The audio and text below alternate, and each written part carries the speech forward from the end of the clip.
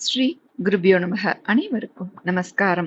மந்திரங்களுக்கு மிகப்பெரிய வலிமை உண்டு. இறைவனை மனதில் நிறுத்தி மந்திரங்களை, ஸ்லோகங்களை சொல்லும் போது அந்த மந்திர சொற்களுக்குள் நாம் அமிழ்ந்து போவோம். அப்படி ஒருமித்த நிலையில் நாம் இருக்கிற போது அந்த மந்திர பலமானது நம் புத்தியிலும் தேகத்திலும் வியாபித்து நமக்குள் ஒரு நேர்மறையான சக்தியை, ஆற்றலை தூண்டிவிடுகிறது. அத்துடன் தேவதைகளின் பாதுகாப்பும் நமக்கு கிடைக்கப் பெறுகிறது. அதனால் நாம் நினைத்த காரியத்தை அடைந்து ஆனந்த வாழ்வு பெற முடியும் என்பது நிச்சயம். அந்த வகையில் அனைத்து தெய்வத்திற்கும் தினமும் சொல்ல வேண்டிய பலன் தரும் எளிமையான 2 வரிகளில் உள்ள நித்திய பாராயண ஸ்லோகங்கள் எனும் சகல தேவதா ஸ்தோத்திரம் 20 கடவுளின் மேல் மொத்தம் 36 ஸ்லோகங்கள், எல்லாமே எளிமையாக 2 வரிகளில் உள்ளது. அதை நாம் இந்த பதிவில் தெரிந்து கொள்ளலாம். இதில் உங்களுக்கே கூட சில தெரிந்திருக்கலாம். தாங்கள் சொல்லாதது இருந்தால் அதை அத்துடன் சேர்த்து எழுதி வைத்துக் கொண்டு சொல்லலாம். முதல் பாகத்தில் காலையில் தூங்கி எழுந்ததிலிருந்து இரவு படுக்க செல்லும் வரை எந்த வேலையும் செய்ய தொடங்குவதற்கு முன்பாக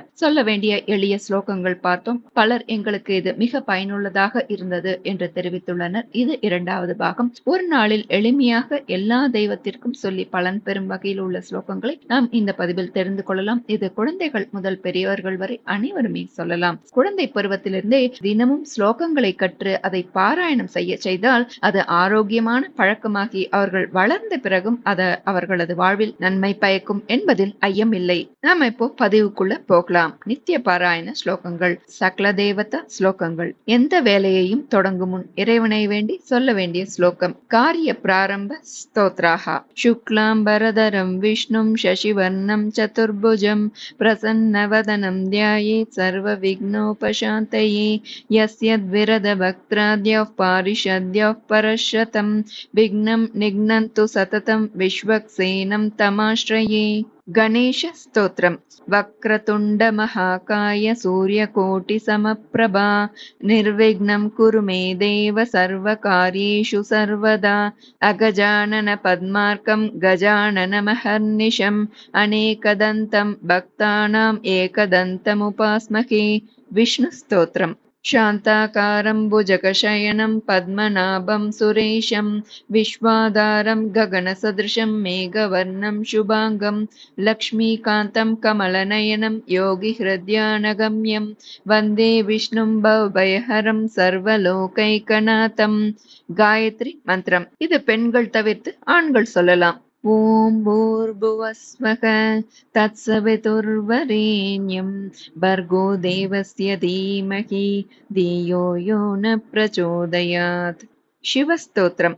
த்ரயம்பகம் யஜாமஹே சுகந்திம் புஷ்டிவர்தனம் உர்வாருகமிவ பந்தனான் மிருத்யோர்முக்ஷீயமாம்ருதாத். வந்தே சம்பும் உமாபதிம் சுரகுரும் வந்தே ஜகத்காரணம் வந்தே பன்னகபூஷணம் சசிதரம் வந்தே பசூனாம் பதிம் வந்தே சூரிய சசாங்கவக்னிநயனம் வந்தே முகுந்த பிரியம் வந்தே பக்தஜனாஸ்ரயஞ்ச வரதம் வந்தே சிவம் சங்கரம். சுப்பிரமணிய ஸ்தோத்திரம். சக்திஹஸ்தம் விரூபாக்ஷம் சிகிவாகம் ஷடானனம் தாருணம் ரிபுரோகக்னம் பாவயே குக்குடத்வஜம் ஸ்கந்தம் ஷண்முகம் தேவம் சிவதேஜம் சதுர்புஜம் குமாரம் சுவாமிநாதம் தம் கார்த்திகேயம் நமாம்யகம். குரு ஸ்லோகம். குருர் பிரம்மா குருர் விஷ்ணு குருர் தேவோ மகேஸ்வரः குரு சாக்ஷாத் பரபிரம்ம தஸ்மை ஸ்ரீ குரவே நமः. ஹனுமத் ஸ்தோத்திரம். மனோஜவம் மாருததுல்யவேகம் ஜிதேந்திரியம் புத்திமதாம் வரிஷ்டம் வாதாத்மஜம் வானரயூதமுக்யம் ஸ்ரீராமதூதம் சிரசா நமாமி. புத்திர்பலம் யசோதைர்யம் நிர்பயத்வம் அரோகதா அஜாட்யம் வாக்பட்டுத்வம் ச ஹனுமத் ஸ்மரணாத் பவேத். ஜயத்யதி பலோ ராமோ லக்ஷ்மணஸ்ய மகாபலः ராஜா ஜயதி சுக்ரீவோ ராகவேணாபிபாலிதः தாசோகம் கோசலேந்திரஸ்ய ராமஸ்யாக்லிஷ்டகர்மணः ஹனுமான் சத்ரு சைன்யானாம் நிகந்தா மாருதாத்மஜः. ஸ்ரீராமஸ்தோத்திரம். ஸ்ரீராம ராம ராமேதி ரமே ராமே மனோரமே சகஸ்ரநாம தத்துல்யம் ராமநாம வராணனே. ஸ்ரீராம ராம ராமேதி ரமே ராமே மனோரமே सहस्रनाम तत्तुल्यं रामनाम वरानने। श्रीराम राम रामेति रमे रामे मनोरमे। सहस्रनाम तत्तुल्यं रामनाम वरानने। श्रीरामचन्द्र श्रितपारिजातः समस्तकल्याणगुणाभिरामः। सीतामुकाम्बोरुहा चञ्चरीको निरन्तरं मङ्गलमातनोतु। श्रीकृष्णस्तोत्रम्।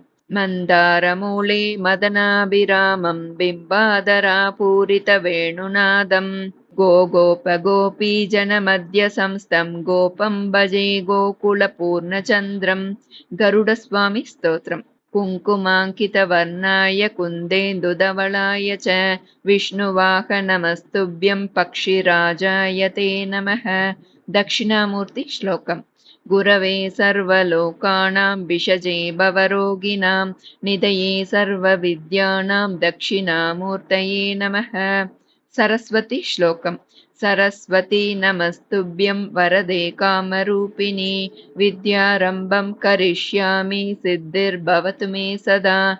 या कुन्देन्दुतुषारहारधवला या शुभ्रवस्त्रावृता या वीणावरदण्डमण्डितकरा या श्वेतपद्मासना या ब्रह्माच्युतशङ्करप्रभृतिभिर्देवैः सदा पूजिता सा मां पातु सरस्वती भगवती निःशेषजाड्यापहा। श्रीलक्ष्मी श्लोकम्।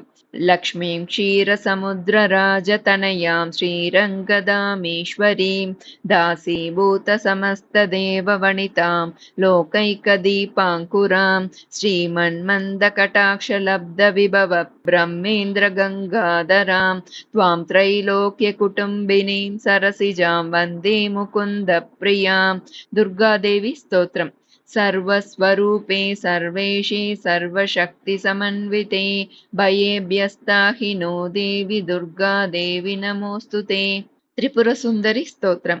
ओङ्कारपञ्जरशुकीम् उपनिषद्वुद्यानकेलिकलकण्ठीम् आगमविपिनमयूरीम् आर्याम् अन्तर्विभावयेद्गौरीम्। देवी श्लोकम्। सर्वमङ्गलमाङ्गल्ये शिवे सर्वार्थसाधिके शरण्ये त्र्यम्बके देवी नारायणि नमोऽस्तु ते। श्रीवेङ्कटेश्वर श्लोकम्। श्रियः कान्ताय कल्याणनिधये निधयेत्तिनां श्रीवेङ्कटनिवासाय श्रीनिवासाय मङ्गलम्। शान्ति मन्त्रम्। असतो मा सद्गमय तमसो मा ज्योतिर्गमय मृत्योर्माम् अमृतङ्गमय। ॐ शान्ति शान्ति शान्तिः। सर्वे भवन्तु सुखिनः सर्वे सन्तु निरामयाः सर्वे भद्राणि पश्यन्तु मा कश्चित् दुःखभाग् भवेत्। ॐ शान्ति शान्ति शान्तिः। ॐ सर्वेषां स्वस्तिर्भवतु सर्वेषां शान्तिर्भवतु सर्वेषां पूर्णं भवतु सर्वेषां मङ्गलं भवतु। ॐ शान्ति शान्ति शान्तिः। स्वस्ति मन्त्र। स्वस्ति प्रजाभ्यः परिपालयन्तां न्यायेन मार्गेण महीं महिषाः गोब्राह्मणेभ्यः शुभमस्तु नित्यं लोकाः समस्ताः सुखिनो भवन्तु। काले वर्षतु पर्जन्यः पृथिवी सस्यशालिनी देशोऽयं क्षोभरहितो ब्राह्मणाः सन्तु निर्भयाः। இந்த சாந்தி மந்திரங்களில் ஏதேனும் ஒன்றும் சொல்லலாம், இல்ல அனைத்துமே சொல்லலாம். விசேஷ மந்திரங்கள். பஞ்சாக்ஷரி மந்திரம் ஓம் நம சிவாய. அஷ்டாக்ஷரி மந்திரம் ஓம் நமோ நாராயணாய. துவாதசாக்ஷரி மந்திரம் ஓம் நமோ பகவதே வாசுதேவாய. இந்த விசேஷ மந்திரங்களை தொடர்ந்து பலமுறை ஜபித்து பலன் பெறலாம். இந்த பதிவால் பயன்பெற்றவர்கள் இதை பகிரவும். அடுத்த பதிவில் வேறொரு நல்ல விஷயத்துடன் சந்திக்கலாம். நல்லதே நடக்கும். நமஸ்காரம்.